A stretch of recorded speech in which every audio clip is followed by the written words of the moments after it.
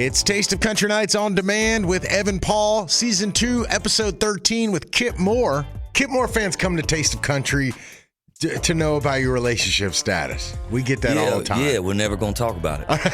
Yeah. You know, man, I don't budge on that kind of stuff, and I feel no pressure to. Kip Moore's a man of his word. He sticks to his guns, man. We had a good interview. This was a lot of fun. Check it out. Thank you for listening to Taste of Country Nights on Demand. Taste of Country Nights. We're here with the man, Kip Moore. What's happening? Good to be here. Long time no see. Yeah, dude. I mean, earlier this month, you were just, playing in like South Africa and Europe and stuff? Yeah, I was in Australia, New Zealand, and South Africa, and then we go to Europe for the whole month of May. What's that like? I'm always intrigued when country artists go over there. Like, are they singing in the same language, your songs back? When you talk in between songs, do you talk in English? Yeah, because that's the only language I feel confident in. I can, if I was in Mexico, I could do a little bit of that. Costa Rica or something, I could speak a little Spanish. But they're definitely singing in English, and you'll occasionally hear them, sing their, in a place like South Africa, they have their thing, and sometimes they'll sing in their language and kind of try to teach me how they how to say it, but they. English is second nature to them over there. So, how does playing countries like that compare to other places that you play? Man, it all. Honestly, people ask me all the time, like, what's the difference between this and that? There are subtle differences, but fans are different not only from state to state, but county line to county line. I mean, I can play a show in Macon, Georgia, and then go right up the road to Statesboro, and it's just a whole different feel, a whole different audience. So you never really know exactly what you're going to get. A place like Sydney, they are very vocal in how they feel, and it's, they are rambunctious. Melbourne's a little more tame, but they're enjoying it just the same. I will say that, at least what I get from the fans, and when we're talking, whether I'm in a restaurant or clubs or bars or meet and greets or whatever, I feel like there's been a very passionate latch on to the kind of music that we're doing and the lyrical aspect. I think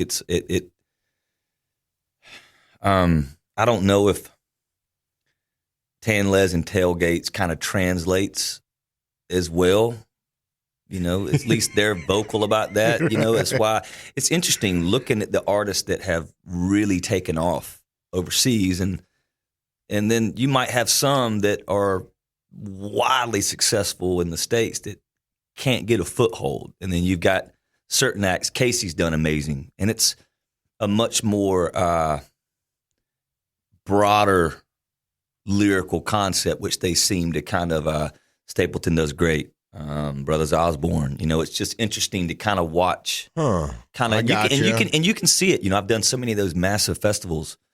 I've done C2C 4 times, I think 3 or 4 times, and you can watch the crowds, and it's just really fascinating to watch.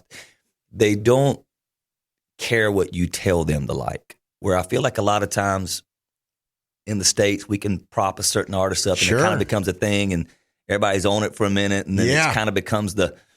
They might like it if it's a popular thing, but they're not gonna like it just because it is popular. Okay. They're gonna make their own judgment, and you can watch a whole arena get really disconnected and start walking out, and then they'll come back for the next. It's a fascinating thing to watch. That sounds scary. As a performer. No, it's intimidating. Yeah, I saw it my first time there, and I was the opener back in like 2015, and I saw it with.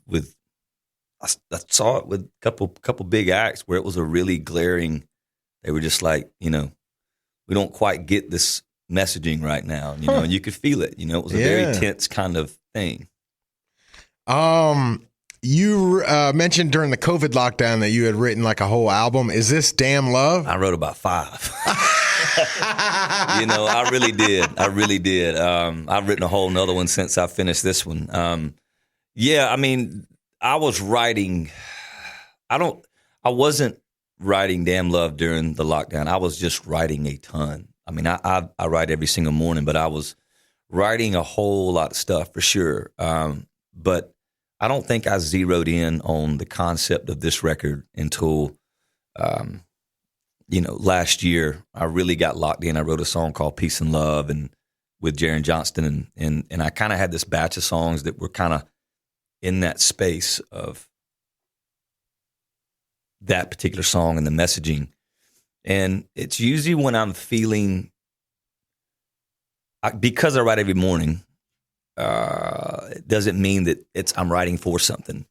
A lot of it's just because that's what I love to do, and it's a cathartic process, and it's my way of getting ideas and things flushed out. And a lot of times it'll take 20 songs to get to the one I'm searching for, So it's usually like a place of turmoil a little bit with me. Doesn't necessarily mean that it's a really negative place of turmoil. It's just that I'm really conflicted by some things, and I get kind of dark a little bit, and I usually stumble on something, and I know when it's happening. I know right away, like within a week or two of like kind of what I'm doing. I'm like, all right, I'm on an actual project now, and that's when I called Jaron, because we had been writing some, and he's been wanting to do a record with me for a long time, and I've been wanting to do one with him. And I just said, I think it's this. And he loved the melodic structure, some things that I was doing. He's like, this feels different. And I said, I think it's time to start zeroing in and focusing in and doing this. What's it like working with a friend, like as close to the friend? Oh, man, we fight like brothers. And he is a riot, though. I love the guy. He's so talented. I'll never tell him this to his face because he's the biggest. Jaron is the biggest fan of Jaron. But I love that about him. I do. I truly love the guy. And it's interesting because he's so curt and edgy when he's hadn't had any cocktails in him, but then he gets a few drinks in him, like late night. He'll be like on the road, it'll be 1 o'clock in the morning, and he's all chummy, call me like, man, we're on to something, man. This is good stuff. And then he'll be like, I love you, man. And I'll be like, hey, you've been drinking, hadn't you?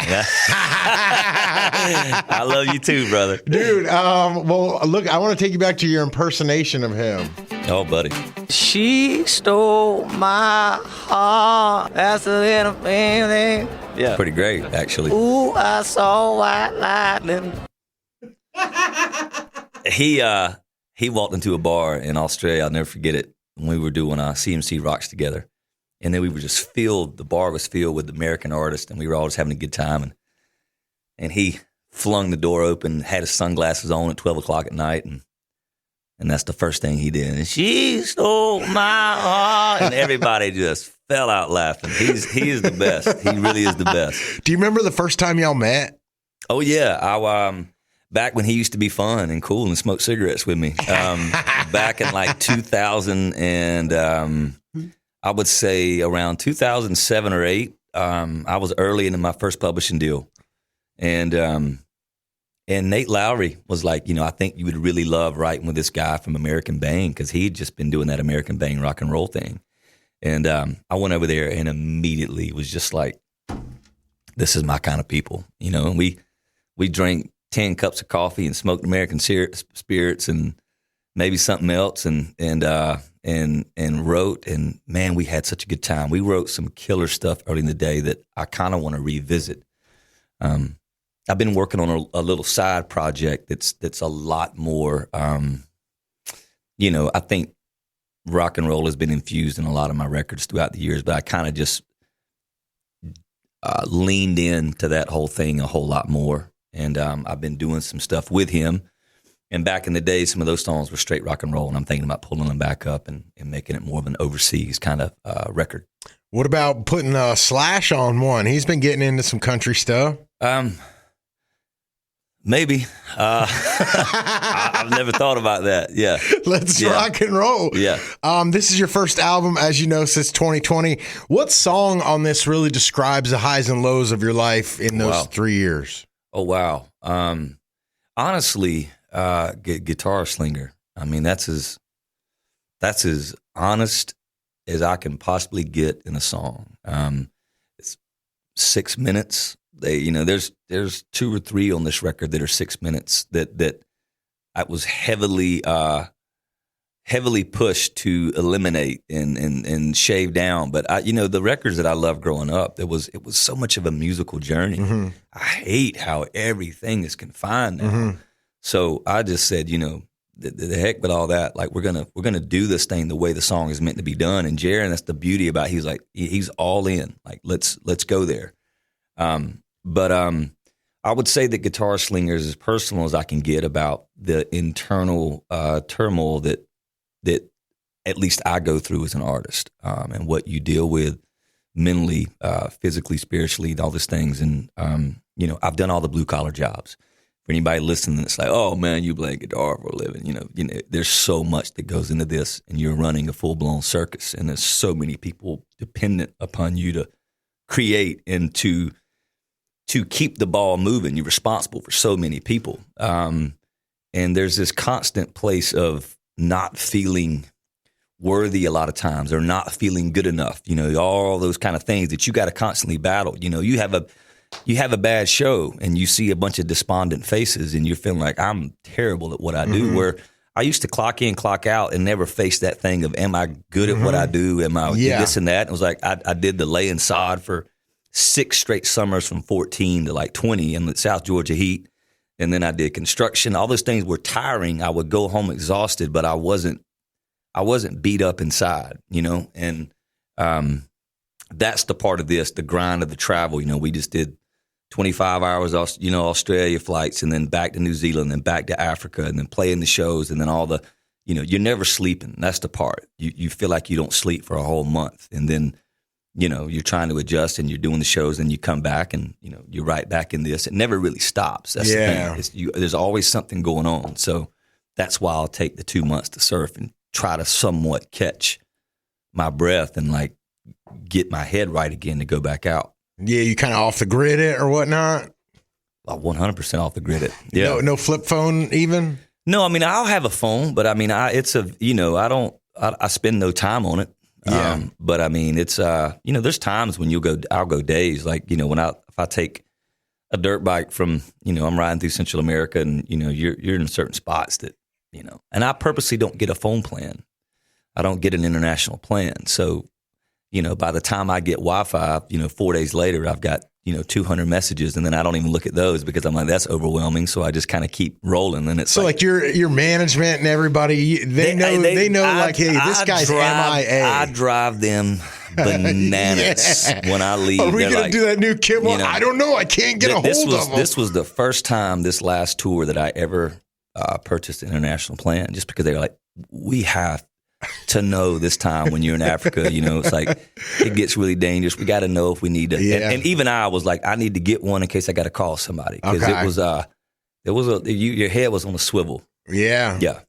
I want to get back to where you're talking about full albums being stories. You're known for like your last song is always something special. Get ready for this one. So tell me about, is it Mickey's Bar? Yeah.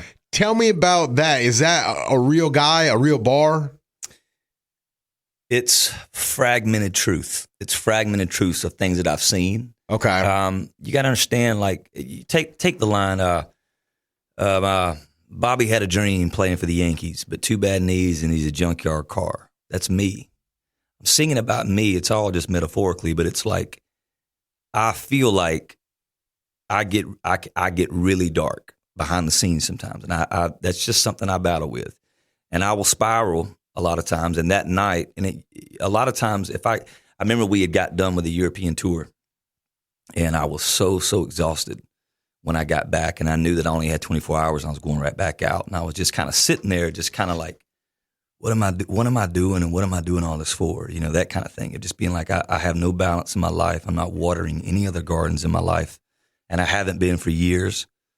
You start going through all the things of the people that you've neglected, the relationships, family, all those things, they start taking a toll. You start feeling like, I was writing that line from a place of, I ain't nothing but a number. And the minute that stuff ain't going good, nobody's going to want to interview me. Nobody's going to really care about me. I start spiraling like, no, does anybody even care about me in this whole thing? The minute I'm not a product that's producing. And that's where my head was. I'm going to be washed up before you know it. And that's kind of that's the headspace I was in when I wrote Mickey's Bar. And that's why I said, the 95 prom queen, but she says, looks will only get you so far. It's like all these people that had it, in that moment, that's where my headspace was. So there's a lot of lines that I love. I remember when I wrote, she's in a new used dress, and you can see that person, this beautiful girl that's hanging around this bar that's just looking for love. And it's like she's in that new used dress. It ain't a brand new dress, but she's trying to look great. Yeah. It's something she pulled out of the closet. And, so there's a lot of lines that I really tried to make such a visual picture with. So, but I was singing about things that were specific. Okay. And even the woman, the 95, that's a real person. But I would use aliases and stuff. So it's not all direct truth, but it's fragmented truth. Interesting. It's kind of like how I live my life. I guess so. Kip Moore fans come to Taste of Country to know about your relationship status. We get that all the time. Yeah, we're never going to talk about it. Yeah. Man, I don't budge on that kind of stuff, and I feel no pressure to. I don't owe anybody anything to tell them about my personal life. That's how I've always felt. It's ways of protecting people around me. Because the minute I say it, people will pry like crazy. And it happened to me back in 2012. A picture of being somebody, and all of a sudden, that person's getting harassed like crazy. And that stuff makes me so furious. I don't understand that kind of thought process in grown humans. So I will always keep my relationships as private as I can. Fair enough. Yeah. So I guess I won't ask you the next 10 questions. Yeah, we're going to have to bypass all that. You're an outdoorsman. Yeah. If we put you in the middle of nowhere, butt-ass naked with nothing, how long could you survive? Now, I think about this every day. Okay.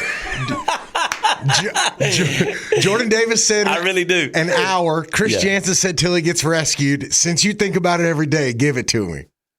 I knew Chris would say something like that.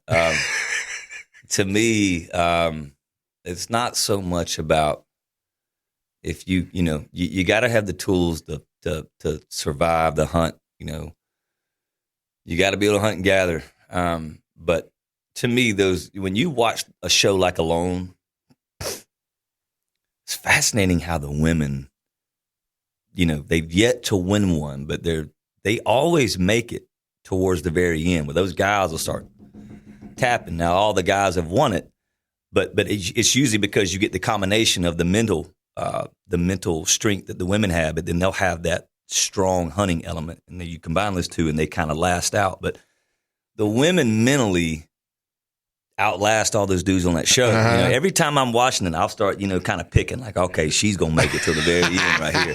I can tell she's tough, but I think that so much of it is the mental game. So for that reason, I've got a little bit of the hunting and fishing part. I do think that would get challenging out there, but I do think I could last a good while. How long, I'm not sure. I'm going to give myself 10 days at least. Okay. At the least. And it also depends on what kind of environment we're looking at. If you're looking at, below freezing temperatures, your time gets cut a whole lot let's say like short. a random acreage of forest in San Diego. Buddy, I'm right at home, man. I'll go my whole life. I'm trying to get that, man. That ain't a game. Like, that's what I'm trying to get to. Get me away from people, man. I'm good, man. Let's talk about another song on the album, One Heartbeat. It's your duet. I believe this is your first duet. First one. Okay, why Ashley McBryde? Why now? I love Ashley McBryde and every aspect of her artistry. I mean, she is. I've loved what she's done for quite a while. Love her like a sister. At the time, I didn't know her that well. And this is a true story. I actually wrote that song by myself in Lahaina, sitting on the break wall. I would work on it every single morning for a whole month that I was there. I chip away at it, kept rewriting it, and kind of became my baby while I was there. And I have never written a song in mind with someone else singing with me, ever, my whole career. When I got past the first chorus, I said, this is the perfect song to write for Ashley to sing with me. We barely even knew each other. And I said that to myself, and I wrote that next verse with Ashley in mind.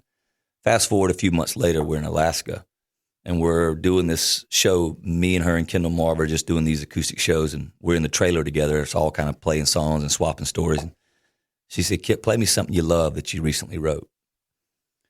And so I played the first verse and chorus with one heartbeat. And she grabbed that headstock of my guitar and was like, I absolutely love this. And can I sing on it with you? So what? It was like meant to be. Yeah, for sure. Wow. And she just won a Grammy and she was just nominated for a bunch of ACMs. She's so great, man. Do you get a chance to like reach out to her and talk to her about that stuff? Yeah, I mean, I'm always checking up on her and she'll check up on me. And I saw her in Australia and we hugged and, Ashley feels like family for me at this point. I'd do anything for Ashley. She is a riot to be around, like just an absolute riot. But she's almost as crazy as I am, I feel like, when I get around her. But I love her. She's great. She seems like the kind of friend that would tell you like if you're being like an idiot. Is that true? 100%. Yeah. Do you need someone like that, or do you feel? I don't know if I need somebody like that. I kind of know when I'm being an idiot, but Ashley's not scared to tell you what she thinks for sure. Yeah. I love that about her. How tuned in are you to new country? Like, do you listen to other stuff, or does it like I have a hard time listening to other people on the radio, right? Because I don't want to like sound like like. Man, don't set me up right now. Gosh dang it!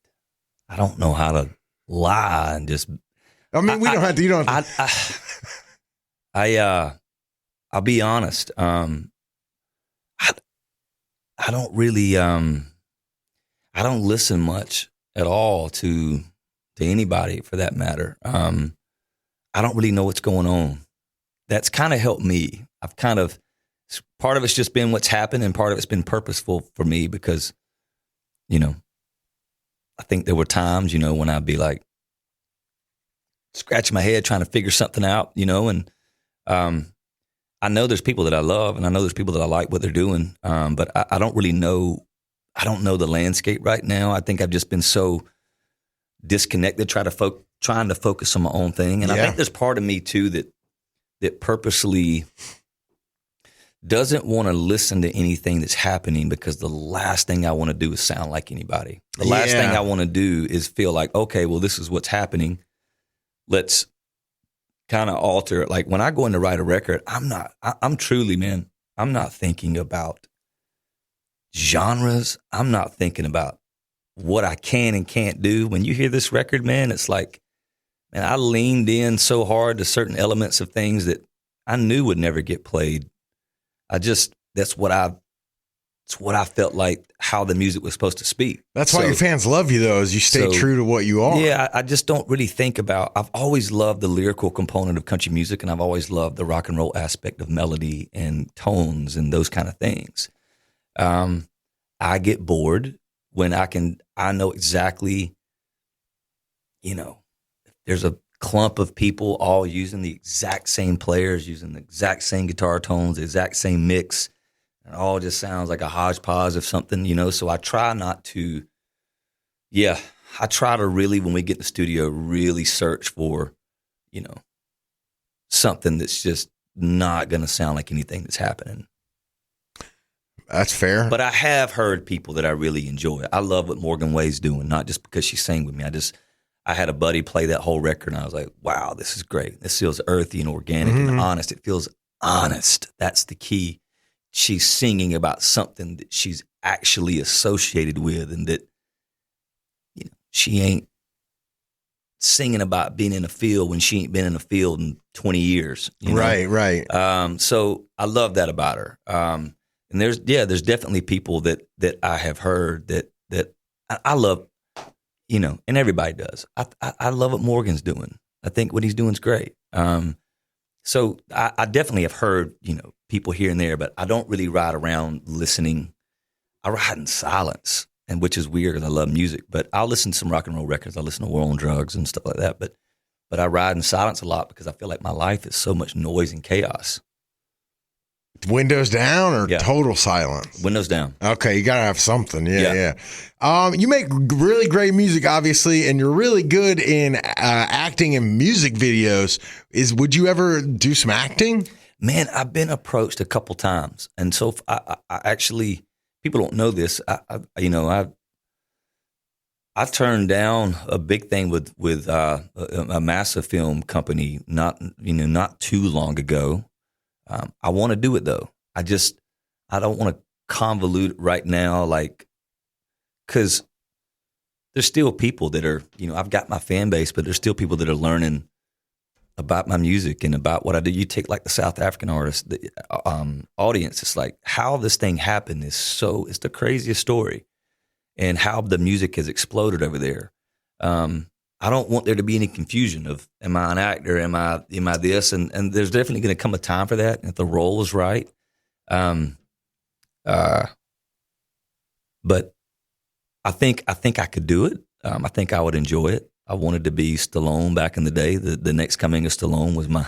I wanted to make the newest Rambo. So if anybody wants to make a Rambo with me, I'm ready. I'm down. Dude, that would be sweet. You should.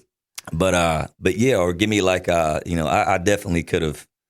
I think I could have done that Bodie character in the second Point Break a little better. But yeah, I mean, I would love to do it. All right, we'll be looking forward to that. There'll come a time. There'll come a time. All right. Well, I love the record, man. Love the song. I think it's a great single to lead with. Thank you. I appreciate it. Yeah, thanks for coming by, dude. Yep, you bet. We'll kick it to Billy Dukes to come from behind the camera and talk about this, which I want to mention first, Billy. I thought it was cool that Billy is knows Kip Moore so well that, as soon as Kip comes in, he was looking at Billy's hair and he was like fluffing it up, saying, man, Billy's got a great head of lettuce on him. I thought that was funny. We go back a ways, but I think I'm like you. I never really know what Kip thinks of me, and I'm always a little bit nervous when he enters the room. Yeah. He has that kind of aura that I guess you don't know what you're going to get, I guess, but he's never really given me anything but good stuff, but I don't know, it's still a little scary. Well, he's such a serious artist. You know what I mean? Like, he's so seriously into his art that I feel like, I don't know, some of the hijinks that we pull with different artists, like asking them about stupid things on their tour ride or stuff like that. Like, he might almost like Hank get offended and walk out of the room or something like that. Yeah, like I'll give you a good example of that is we have a sheet of paper in the studio, and every artist reads it after the interview. It's like, hey, this is, and you're listening to Evan Paul on Taste of Country Nights. So one of them that's on the sheet is a funny one, kind of. And it's like, I sing songs so you don't have to hear blah, blah, blah, Evan karaoke. Sure, a little lighter. And yeah, but before Kip Moore came in, I reprinted the sheet and took that one off it, because, and I'm kind of glad I did, because like when I handed him the sheet, I've never had an artist. I mean, we interview a lot of people. He was like, all right. And he took the sheet and he read the sheet for like a minute. Yeah. Like, he didn't say a word to me. He just read the sheet. And then he was like, put his coffee down. And he's like, all right, I'm good to go. Yeah. I couldn't take that silence. I left the room during that. I grabbed my little SD cards with the film on it, and I got out of there. I'm like, I'm going to go talk to Donna. Yeah, thanks. Yeah, he was just sitting there, and I'm like, because it's the same thing every time. I go like, all right, thank you guys very much. And then I'm like, all right. And then I just have this, if you can just read this. Hand them the sheet, and then they go, all right, you ready? And I go, I'm ready. And they go, hey, blah, blah, blah. And then it just took me for a loop, man. I was just like, this is like some Kip Moore stuff right here. He's very serious. It was a good interview, and Kip was engaged the whole time. I did see a couple of signs, though, where maybe he's always a little bit, maybe he's even a little nervous about interviews as well, or what questions are going to be thrown his way. And one of them is when we asked him what he listens to on the radio. We weren't going to necessarily pin him down and put him in a bad place. We just wanted to know if he had any friends who were nominated for ACM awards.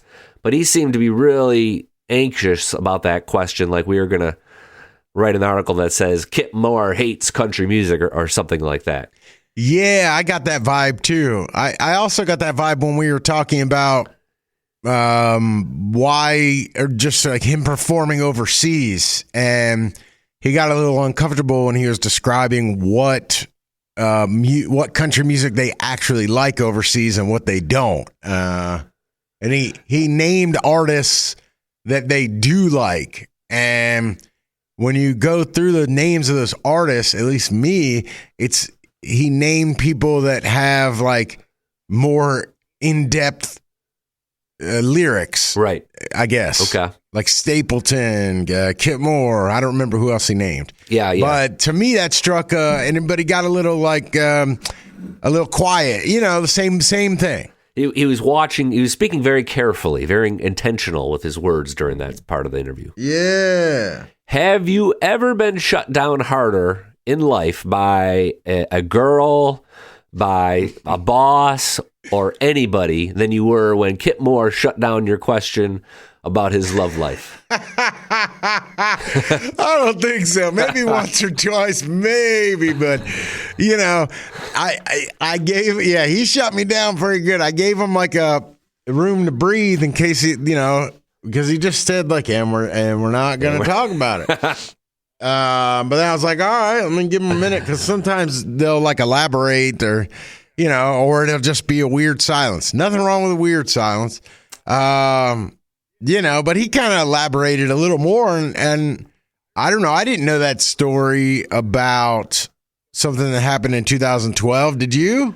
I didn't, but I sure did want to go Google the girl. I didn't do it, but I wanted to. I wanted to figure out who exactly he was talking about. I feel like if anyone can figure it out, it's you, Billy. Yeah. Well, I mean, it was one of those things. It's like, is the work worth the payoff? And in this case, I'm not sure it was. Yeah. But maybe I will one day. When I'm bored. Yeah, I mean, I just kind of want to know.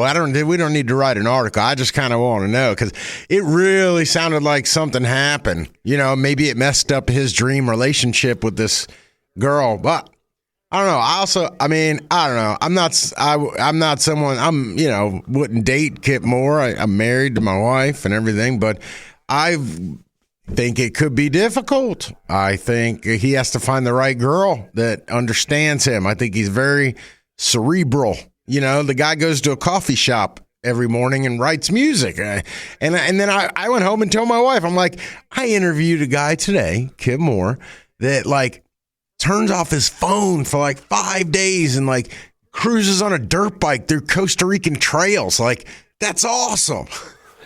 He's kind of like country music's James Dean in some ways.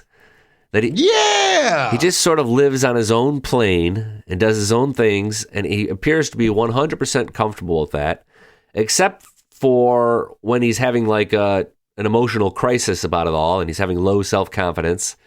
And that was interesting too, that he has these moments and talks about it when he just doesn't feel like he's doing everything he can, or he's letting people down, because that's so opposite of like the Kip Moore that we see on stage, or even when we get to talk to him, he's all confidence. Yeah, I agree. It's a certain vulnerability there that he also expresses. And I think it was a different Kip Moore visually. He had cut his hair, and according to a few of the girls that messaged me on Instagram off that picture, like they were like, I didn't know Kip Moore could get hotter, and they were saying that he got more bigger, like he's juiced more, like he looks like a wrestler, really? And like he's cut his hair. I thought he looked a little thinner. I thought he had been running. Oh, okay. See, I don't know. That was my thought. Yeah, to me, he just looked beefed up. I mean, I don't know.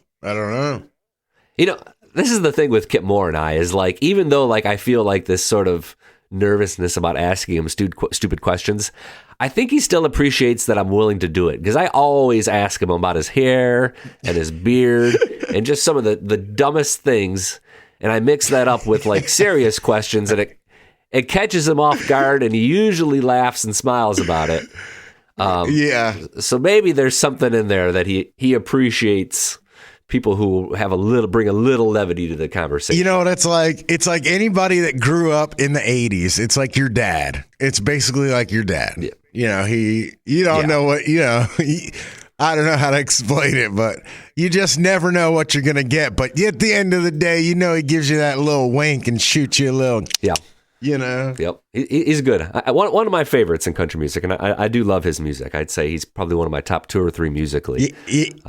Oh, really? Okay, yeah. And I'm excited for this album to come out, too. It sounds like he's put a lot of work into it and scrubbed a lot of stuff and put a lot more on there. You know, it sounds like he really put a lot of hard work into it. Well, thank you for listening to Taste of Country Nights on Demand with me, Evan Paul. And make sure you subscribe, like, comment, rate, all that stuff. Whatever else you can do, we appreciate all the help we can get. This podcast is part of the Town Square Media Podcast Network.